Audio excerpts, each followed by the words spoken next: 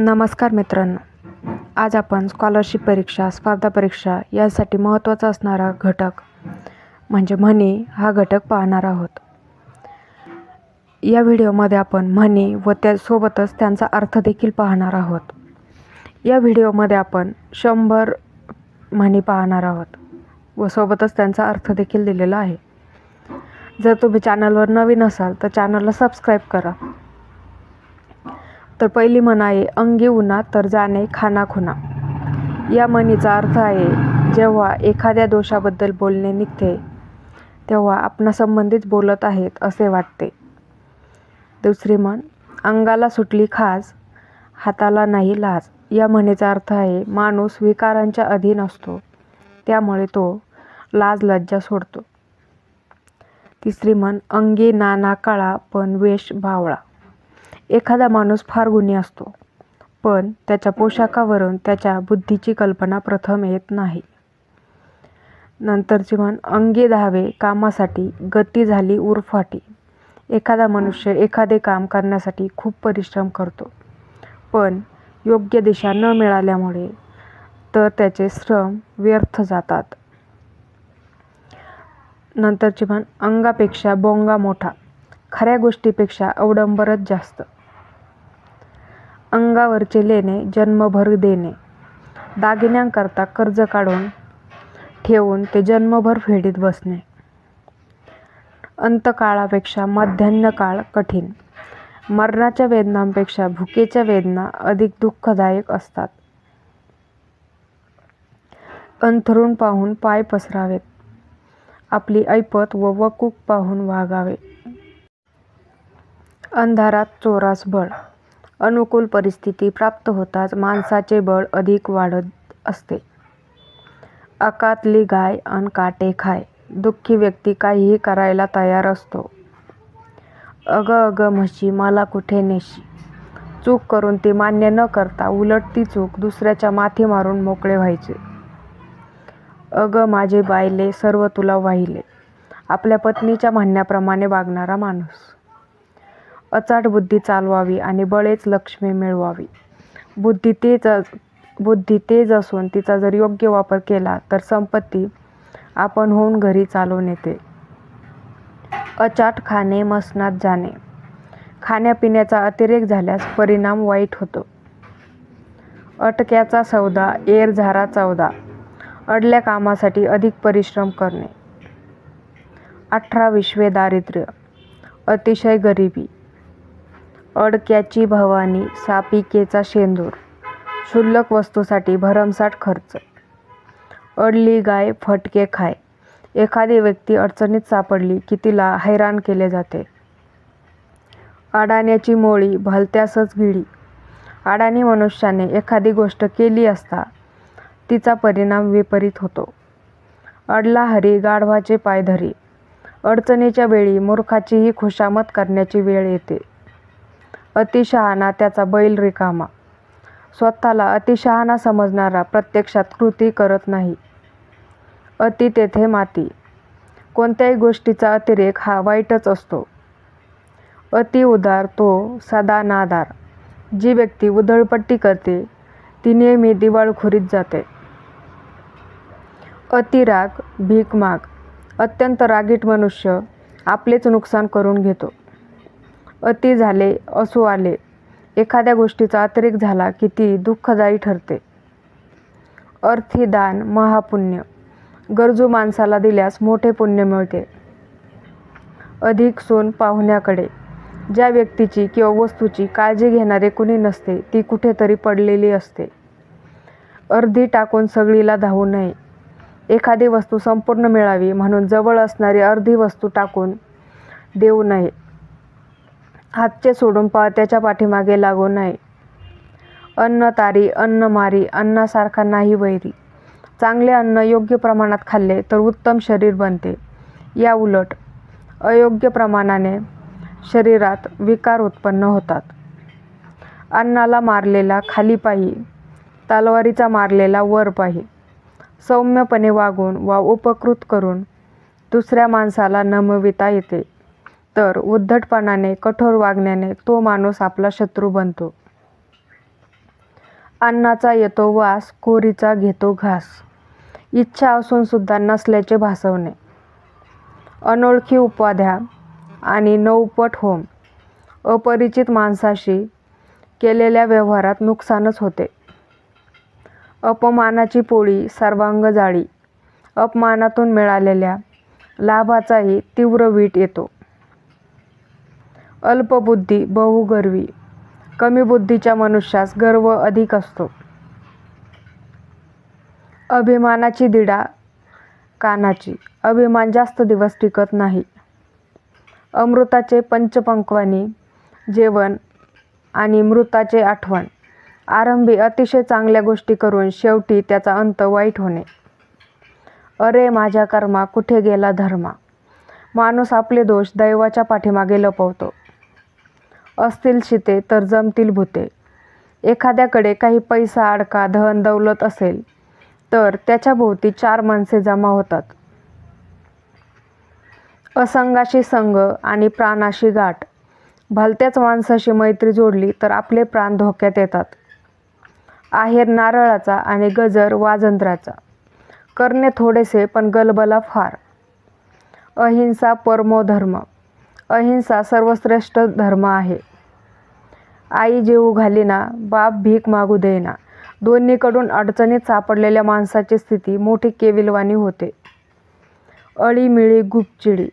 आपले रहस्य उघडकीला येऊ नये म्हणून संबंधितांनी गप्प बसणे. आईजीच्या जीवावर बाईजी उदार. दुसऱ्याचा पैसा हवा तसा उधळणे. आईची माया अन पोर जाईल वाया.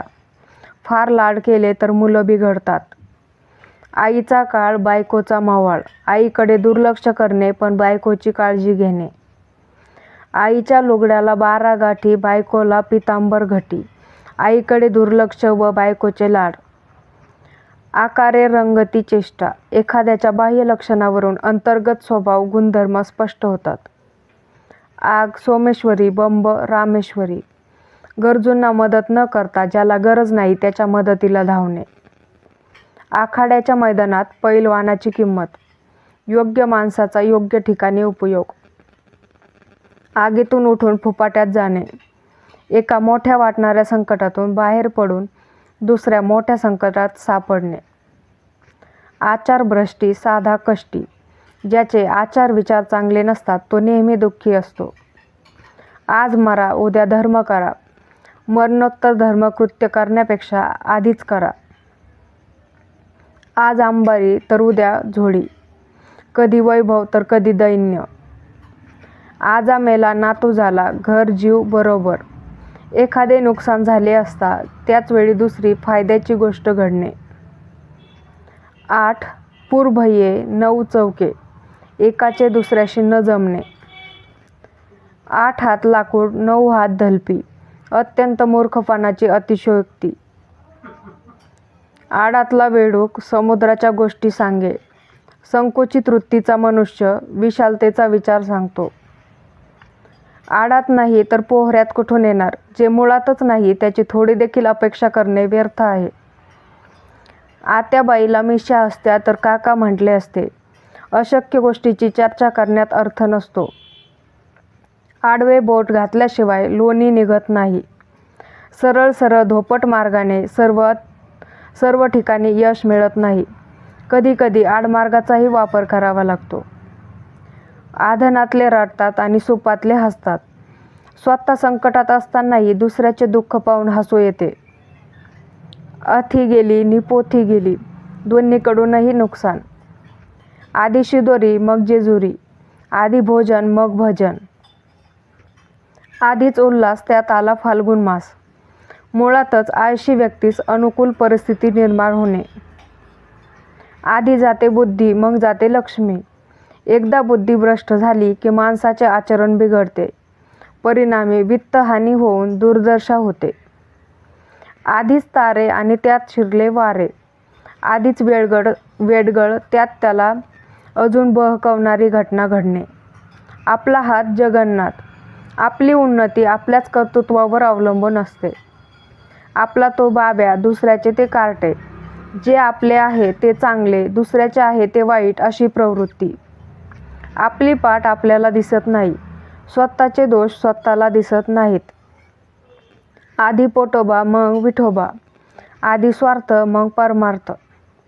आपल्या कानी सात बाळ्या, एखाद्या वाईट कृत्यात आपले अंग मुळीच नाही असे दाखवणे. आपलेच दात आपलेच ओठ. आपल्या आप्तजनांनी केलेल्या चुका चार चौघात उघड न करता त्यावर पांघरून घालावे लागते. आपल्याच पोळीवर तूप ओढणे, स्वार्थी प्रवृत्तीने स्वतःचाच तेवढा फायदा साधून घेणे. आपले नाक कापून दुसऱ्यास अपशकून. आपले तर नुकसान करायचे पण दुसऱ्याचेही करायचेच. आपले नाही धड आणि शेजाऱ्यांचा कड. आपली परिस्थिती चांगली नसताना इतराच्या परिस्थितीविषयी कळकळ दाखविणे. आयत्या बिळावर नागोबा, दुसऱ्याच्या श्रमाचे फळ आपल्याकडे घेऊ पाहणे. आयत्या पिठावर रांगोळी, दुसऱ्याच्या परिश्रमावर स्वतःचा फायदा करून घेणे. आयत्यावर कोयता, श्रम न करता लाभ उठवणे.